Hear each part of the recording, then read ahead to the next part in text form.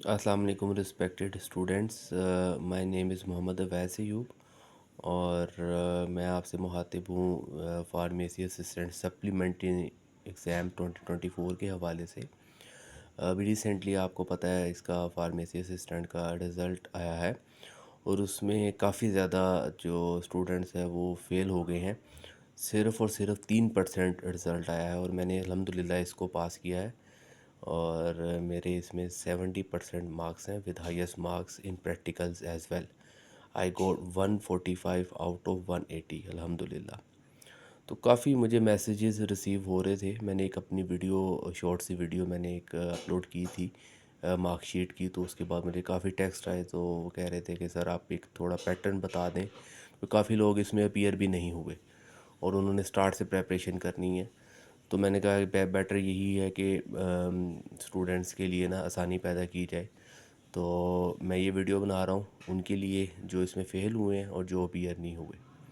सबसे पहले पैटर्न की बात की जाए तो पेपर पैटर्न को देखा जाए तो इसमें टोटल 3 पेपर्स हैं, पेपर 1, पेपर 2 एंड प्रैक्टिकल्स। जो पेपर 1 और पेपर 2 है इसमें 2 पोर्शन है, एक सब्जेक्टिव पोर्शन है और एक ऑब्जेक्टिव पोर्शन है और दोनों के मार्क्स इक्वली डिवाइडेड हैं, यानी कि 50% मरूज़ी के हैं और 50% इंशाइया के हैं। और अगर हम पेपर 1 की बात करें और इसमें पासिंग मार्क्स जो है वो 50% मार्क्स है, यानी अगर आपने पास होना है तो ओवरऑल आपको 50% इसमें मार्क्स गेन करने पड़ेंगे। और इसमें अगर पैटर्न की बात की जाए तो पेपर 1 के अंदर कुछ अबवाब शामिल हैं, जैसे कि अमूमी अद्वियात साजी, नबाताती अद्वियात साजी। ठीक है, अब इसमें मज़ीद इसके कुछ सेक्शंस को इसमें डिवाइड किया गया है। पेपर 2 की बात की जाए तो उसमें भी कुछ इसी तरह इल्म दवा साजी, अदवाई कीमिया, फार्मेसी एक्ट और ट्रैक एक्ट और फिर इसके मज़ीद कुछ सेक्शन इसमें डिवाइड किया गया।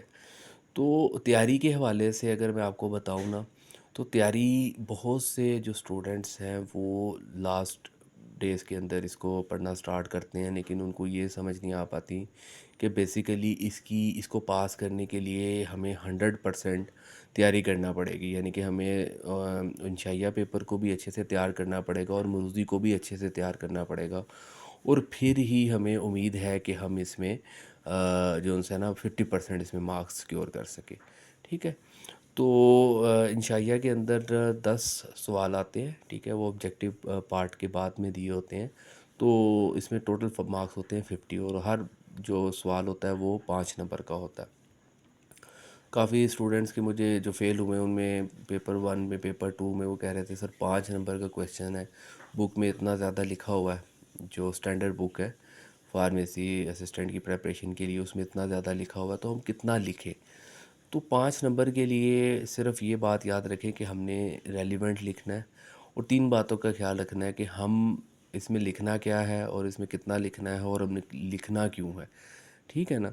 और बहुत से लोग इसमें ज़्यादा लेंथी करने के चक्कर में रेलिवेंट चीज़ें भी लिखते हैं और उनका जो एजेंडा होता है वो फिर जो सा पास होने की तरफ नहीं रहता, वो फिर जाहिर सी बात है वो शीट्स भरने की तरफ रहता है।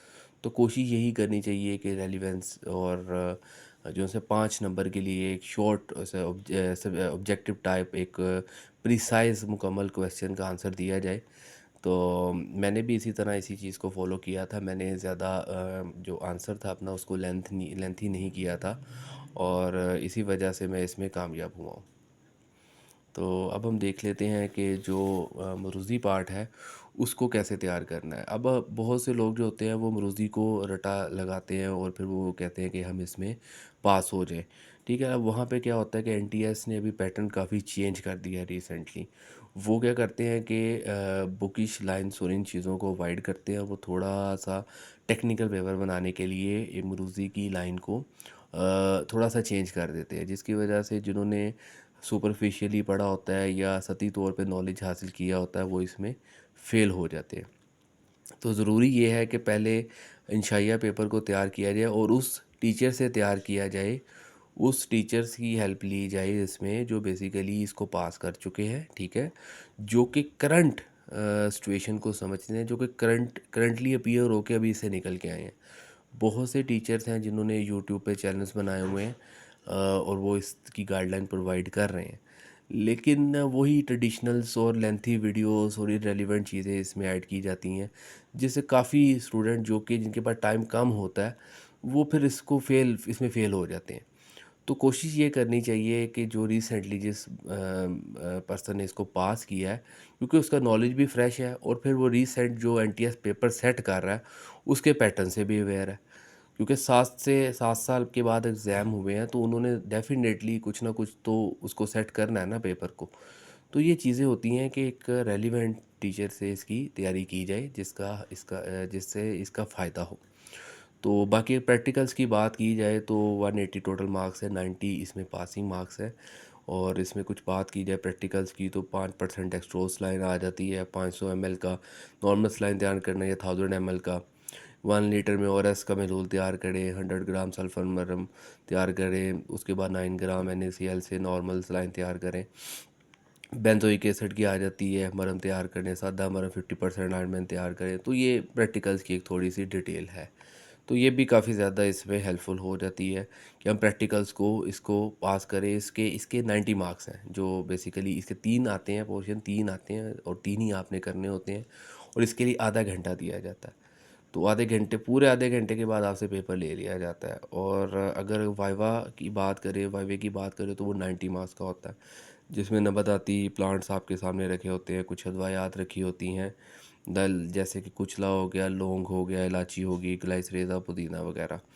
और उसके बाद जब आप रिटर्न दे देते हैं 90 मार्क्स में, 3 क्वेश्चन अटैम्प्ट कर लेते हैं, उसके बाद आपसे वाइवा लिया जाता है। उसमें नबाताती प्लांट्स का पूछा जाता है, फिर कुछ कुछ सिरप्स होते हैं, सॉल्यूशंस होते हैं, ठीक है। फिर उनके जो एक्सपायरी डेट और फार्मूला और बाकी हिस्टामाइन मेडिसन्स और डिफरेंट टाइप के सिरप सॉल्यूशन और मेडिसन्स वगैरह, एंटी एलर्जिक और इस तरह की जो एंटीबायोटिक्स वगैरह के डिफरेंट ग्रुप्स होते हैं, उससे फिर वो क्वेश्चंस पूछ लेते हैं।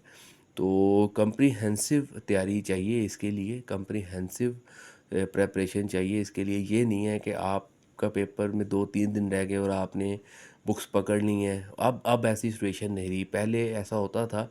मैं एग्री करता हूँ कि आप इसको पास कर लेते थे, लेकिन अब ऐसा नहीं है। अब आपको एक तो प्रॉपर टीचर को ज्वाइन करना पड़ेगा और टीचर भी वो जो कि करंट सिचुएशन में इसको हैंडल करके इसको पास करके इसमें अच्छे मार्क्स स्कोर कर चुका हो, ठीक है। चाहे वो मैं हूँ, चाहे वो कोई है। इसमें टोटल 175 पास हुए हैं 5800 में से। तो वो कोई भी हो सकता है जिससे आप प्रिपेयर कर लें, ठीक है। वो आपको अच्छे से तैयारी करवा दे और करंट एनटीएस के पैटर्न को आपको समझा दे।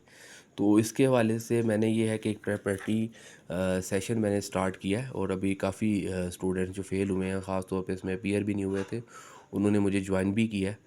तो इसमें ये होगा कि हैंड रिटन नोट्स हैं मेरे, और बुकिश नॉलेज की बजाय रटलाइजेशन की बजाय समझने और समझाने पर तवज्जो दी जाएगी, जिससे क्या होगा कि अगर ऑब्जेक्टिव वो सेट भी कर देता है एक टेक्निकल एंड के ऊपर, तो आप उसको इजीली समझ सकते हैं, ठीक है। 1-to-1 इंटरेक्शन होगी सेशन में मेरे, और इसमें कंप्लीट प्लान तैयार किया जाएगा, जिसमें 2 पेपर्स की प्रेपरेशन और प्लस प्रैक्टिकल्स की जो उनसे तैयारी करवाई जाएगी।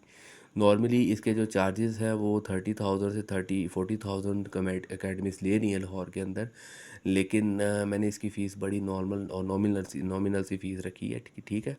और इसमें टेस्ट भी होगी, रिवीजन भी होगी, और आपको इंशाल्लाह ताला 100% आपको इसमें जो है ना सक्सेस मिलेगा, ठीक है। जिस भी एस्पायरेंट ने मुझे ज्वाइन करना हो वो मुझे ज्वाइन कर सकते हैं, ठीक है। और मैं अपना नंबर आपको दे देता हूँ। जिस भी स्टूडेंट ने मुझसे तैयारी करनी हो वो इस नंबर पे मुझसे रब्ता कर सकते हैं।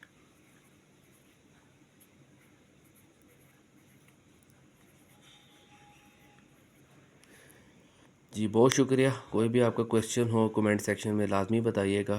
कोई भी आपको हेल्प चाहिए हो किसी भी हवाले से, तो लाजमी तौर पर मुझसे डिस्कस कीजिएगा। और टाइम क्योंकि कम है, अगस्त में पेपर है, तो उस हवाले से आपको थोड़ा एक्टिव होना पड़ेगा अगर आपने इसमें पास होना है। और पास होने के लिए आपको प्रॉपर स्टडी करना पड़ेगी। तुक्के से आप पास नहीं होंगे, ठीक है। और रवायती तरीके से भी आप पास नहीं होंगे। अब काफ़ी चीज़ें चेंज हो चुकी हैं, तो आपको सबको उसके मुताबिक ही आपको तैयारी करना पड़ेगी। अल्लाह आपका हामी और नासिर हो। मुझे अपनी दुआओं में याद रखें। अल्लाह हाफ़िज़। Thank you.